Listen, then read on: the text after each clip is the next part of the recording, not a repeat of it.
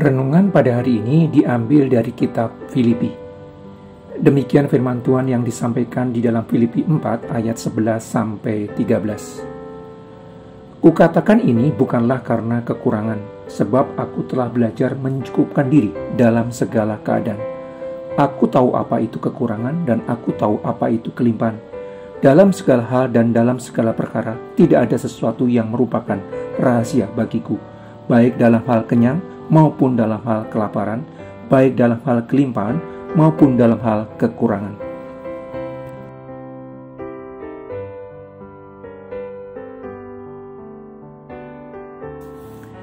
Hidup di dalam dunia yang telah jatuh ke dalam dosa, persoalan selalu menjadi bagian integral dari kehidupan manusia.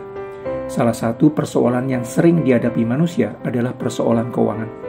Persoalan keuangan seringkali menggerus pikiran dan emosi dari orang yang sedang menghadapinya. Persoalan keuangan acap kali memicu pertengkaran dan ketegangan di dalam rumah tangga.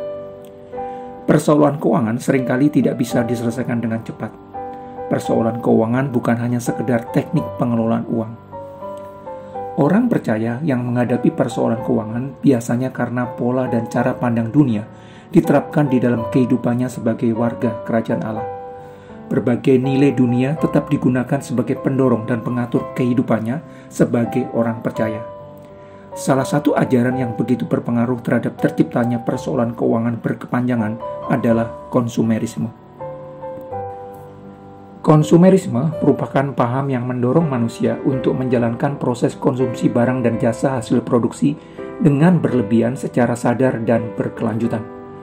Konsumerisme menyebabkan orang melakukan konsumsi bukan lagi karena kebutuhan, tetapi karena mengikuti tren yang ada. Seorang yang konsumtif berupaya memperoleh kepuasan tertinggi dalam hidup dari tindakan konsumsi yang dilakukannya. Seorang yang konsumtif berupaya memperoleh rasa aman dari banyaknya barang yang dimilikinya. Melalui iklan, konsumerisme mendorong orang untuk terus mengkonsumsi berbagai produk yang dihasilkan. Konsumerisme menghasilkan ketamakan, hasrat berkelanjutan untuk memiliki barang dan uang lebih banyak dari yang diperlukan. Konsumerisme mendorong terciptanya ketamakan merata di dalam masyarakat.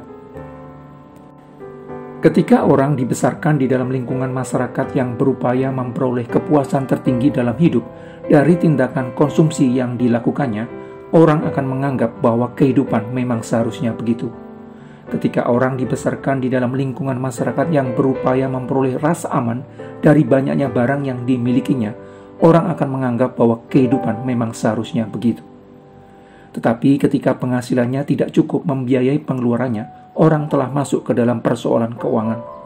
Ketika pola hidup konsumtif tetap dilanjutkannya, sementara penghasilannya tidak bertambah, orang akan semakin terjerat di dalam persoalan keuangan yang semakin berat. Sebagian besar orang beranggapan bahwa persoalan keuangan timbul karena penghasilannya lebih kecil dibandingkan kebutuhannya. Sehingga solusi yang dianggap tepat dari persoalan keuangan yang dihadapi adalah mencari dan menambah penghasilannya. Ketika hal itu dilakukan, ternyata orang tetap tidak lepas dari persoalan keuangan yang dihadapi. Bahkan persoalan keuangannya semakin parah.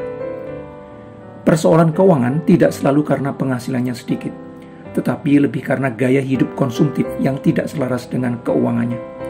Gaya hidup konsumtif yang tidak membedakan antara kebutuhan dan keinginan yang menyebabkan pengeluarannya lebih besar dibandingkan penghasilannya. Berulang kali, Yesus Kristus memerintahkan orang percaya untuk meninggalkan dosa dan masuk ke dalam kehidupan baru bersamanya. Yesus Kristus meminta orang percaya untuk menanggalkan pola hidup lama yang digunakan dalam menjalani kehidupan. Tanpa menanggalkan pola hidup lama, maka hidup orang percaya akan terus-menerus mengalami ketegangan karena ditarik oleh dua sisi magnet kehidupan yang berlawanan, pola hidup kerajaan dunia dan pola hidup kerajaan Allah. Prinsip dasar di dalam mengelola keuangan dengan benar adalah mencukupkan diri. Mencukupkan diri berarti membuat penghasilannya, berapapun itu, cukup.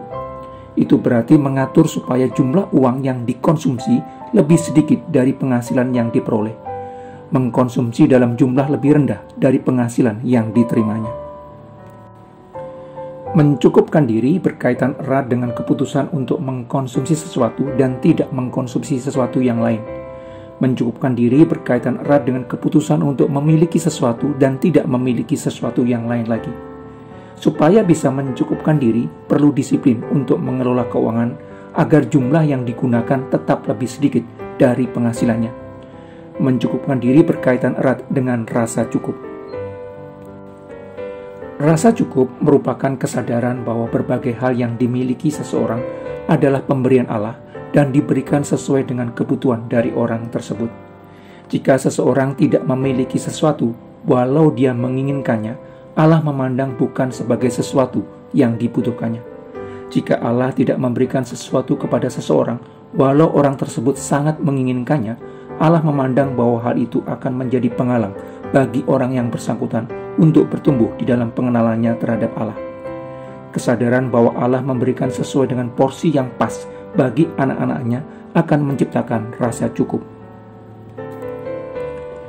Percaya bahwa Allah akan selalu memelihara hidup anak-anaknya dan memberikan sesuai yang diperlukan anak-anaknya akan menghasilkan rasa cukup.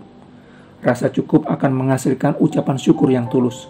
Rasa cukup akan membuat orang percaya mengarahkan hati dan pikirannya terhadap pertumbuhan pemahamannya terhadap Allah, bukan pertumbuhan penghasilannya.